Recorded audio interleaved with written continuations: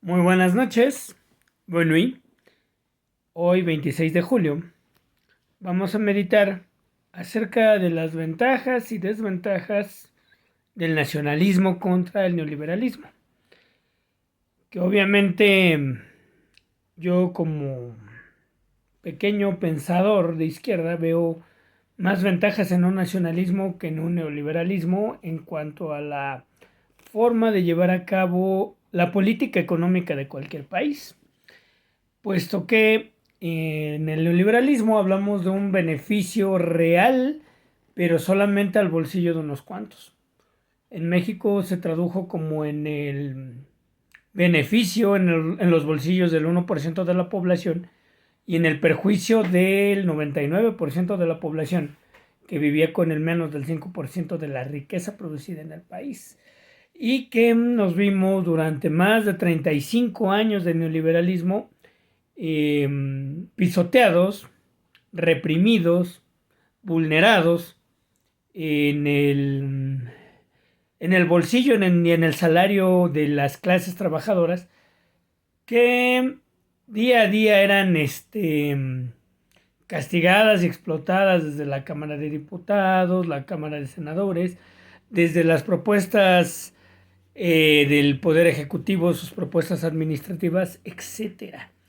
Cotorramente, y los neoliberales o los teóricos del neoliberalismo nos hablan de que hay que olvidar al Estado paternalista, que los pobres deben de trabajar, que somos flojos, que no queremos triunfar en la vida porque no queremos trabajar, etcétera.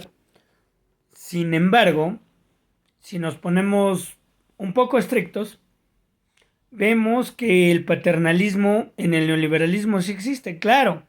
No existe a las mayorías, no existe para las clases trabajadoras, para aquellos que no han sido beneficiados por el sistema neoliberal, pero sí para una minoría de empresarios, muchos de ellos corruptos, de empresarios y ni siquiera digamos pequeños y medianos empresarios, sino de aquellos grandes empresarios, de aquellos grandes burgueses que se han enriquecido a costillas del Estado y que reciben del Estado exoneración de impuestos, privilegios fiscales, rescates económicos obscenos como el FOBAPROA hacia los banqueros, y que hablan de un paternalismo y de un Estado parasitario, o mejor dicho, de algunos parásitos que se benefician del Estado, pero que ya no son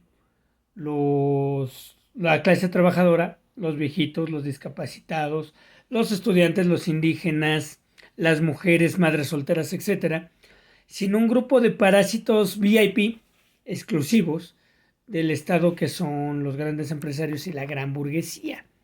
Y ahí el discurso engañoso, que hasta Margaret Thatcher decía que un socialista es popular hasta que se acabe el dinero.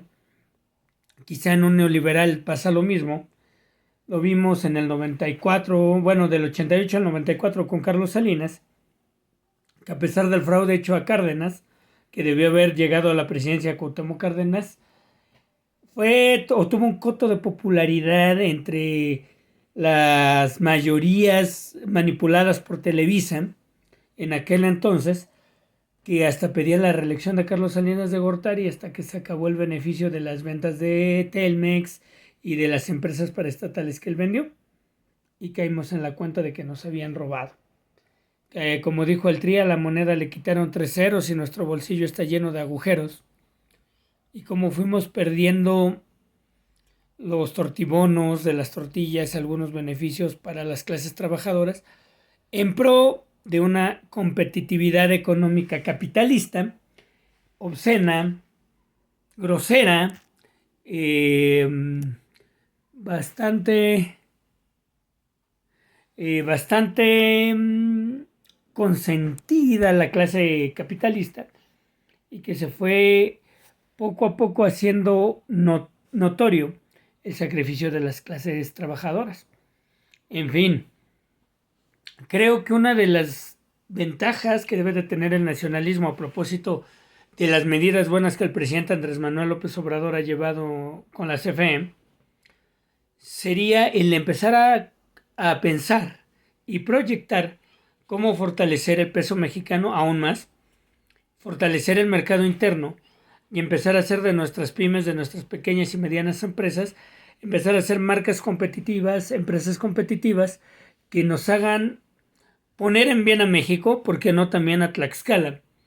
Impulsando esos héroes que día a día se la rifan, que son nuestros pequeños y medianos empresarios, para poder fortalecer nuestra economía y nuestra moneda, porque una moneda fuerte y una economía nacional fuerte nos puede llevar a ser, ¿por qué no se vale soñar una potencia mundial? Y además escapando del modelo netamente capitalista neoliberal hacia un modelo transicional. Y por qué no incluso un modelo no capitalista, humano, nacionalista y que fortalezca las relaciones políticas, económicas, sociales, culturales de nuestro país. También dentro de las cosas graciosas que nos hacen pensar que a veces México pareciera ser una nación surrealista o tragicómica, es ver cómo ahora la ultraderecha y la derecha conservadora se han vuelto paladines de la democracia.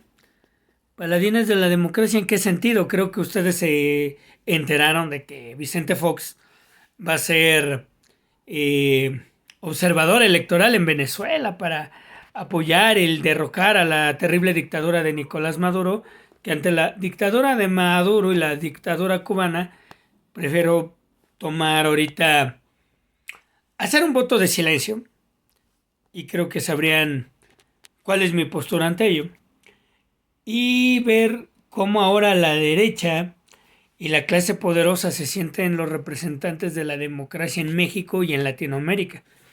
Con el tema de la sobrerepresentación, claro, nos quieren vender la idea de que Morena y sus aliados, el PT y el Verde, quieren ilegalmente llegar a tener más representación de la que debieran en ambas cámaras, cuando el pueblo mexicano fue sabio y votó por Morena, por PT y por Verde en distintas fórmulas, dándonos una cámara baja y alta, bastante representada, bastante gordita a nuestro favor.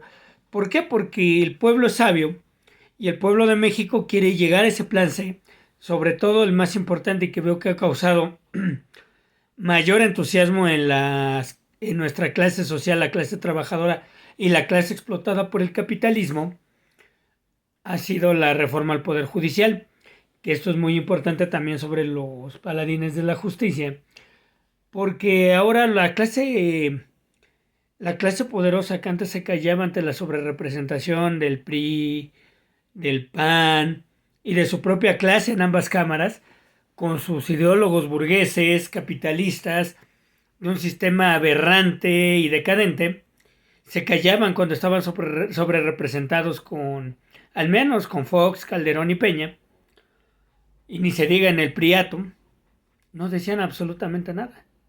Calladitos se veían más bonitos, porque obviamente ellos respondían a su clase.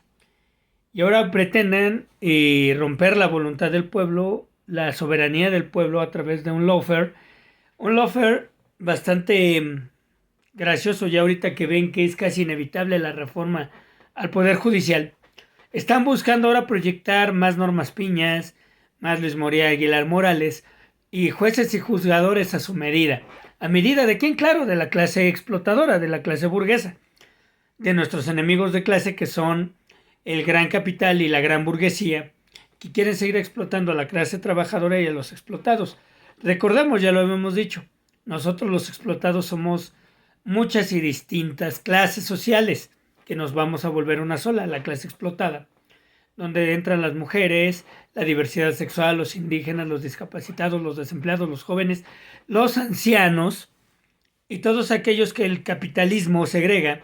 Voy a usar unas palabras de Michel Foucault y los manda a la región oscura de la sociedad, a donde no los queremos ver, a donde los explotan, para poder seguir ellos reinando como poder económico. Entonces nos tenemos que organizar como clase y derrocarlos, porque ellos sí son una sola clase. La burguesía, los grandes empresarios, los ricos, los whitexicans, que están acostumbrados a dominar y a mandar en México y que ya tienen miedo a que les quitemos su poder. Por eso quieren aprovecharse de esa reforma y hacerla a su favor, pero no hay que dejarlos, hay que informarnos bien quiénes son los juzgadores que son del pueblo y votar por aquellos juzgadores que sean de izquierda del pueblo y que nos representen dignamente. Ahora resulta también que Xóchitl Gálvez va a recorrer el país, que va a hacer protestas, va a hacer marchas. Y se acuerdan que en 2006 nos decían, chairos mugrosas, ¿por qué cierran Reforma? ¿Por qué hacen esos mítines? ¿Por qué? ¡Ay, qué apestoso, huele feo! Van a romper a las empresas, van a hacer bancarrota. Y ahora ellos hacen eso. Me encanta que se inspiran demasiado en Andrés Manuel, en su discurso, en sus estrategias e incluso en su resistencia. Claro, que no es lo mismo la resistencia de un burgués acostumbrado a la comodidad, a los lujos, a vernos como una clase social ignorante, ajena a la realidad nacional, que no nos bañamos, que somos apestosos. Ahora ellos haciendo lo que tanto criticaban, lo que criticaban de aquellos que ven como pobrecitos, hay que educarlos porque lo vemos con Carlos Salarraqui y con otros ideólogos de la derecha que nos consideran ignorantes, que ellos nos van a venir a educar, iluminar, lo mismo Chumel Torres y otros de la clase burguesa que nos ven menos. Ahora ellos van a usar nuestras estrategias de lucha. No les va a salir, hacen el ridículo, ellos no están acostumbrados como nosotros a pelear. Recuerdo a los 20 años en la Universidad Autónoma de Puebla, en la Facultad de Filosofía y Letras, antes de estudiar Derecho, que tengo las dos carreras, Filosofía y Derecho. Derecho la estudié aquí en la Universidad Autónoma de Tlaxcala. Recuerdo cuando recibíamos a Noroña, Gerardo Fernández Noroña en la UAP, resistíamos, nos invitaba a hacer protestas en la Bolsa de Valores, a marchar, a levantar el puño en alto, saliendo con nuestro manifiesto del Partido Comunista en la mano, leyendo a Marx, leyendo a Lenin, a Engels, a Trotsky, a Gramsci y grandes marxistas. Y nos formábamos tanto en la praxis como en la teoría, luchando y estudiando. Ahora ellos quieren hacer eso, no les va a salir. No tienen ni la formación teórica ni la formación práctica que tenemos en la izquierda. Los años de lucha, de resistencia, de golpeteo de la policía. Yo sí fui agredido alguna vez en un 5 de mayo por marchar en contra del te comes y te vas de cuando Fox rompió relaciones diplomáticas con Cuba. Salí a defender a Cuba y recibí golpes de tolete de la policía represora de Mario Marín. No creo que la derecha tenga ese currículum que tenemos los verdaderamente izquierdistas y que hemos luchado día con día desde nuestra juventud hasta ahora en mis gloriosos 42 años. Estar luchando por esa democracia y esa libertad que ahora gozamos.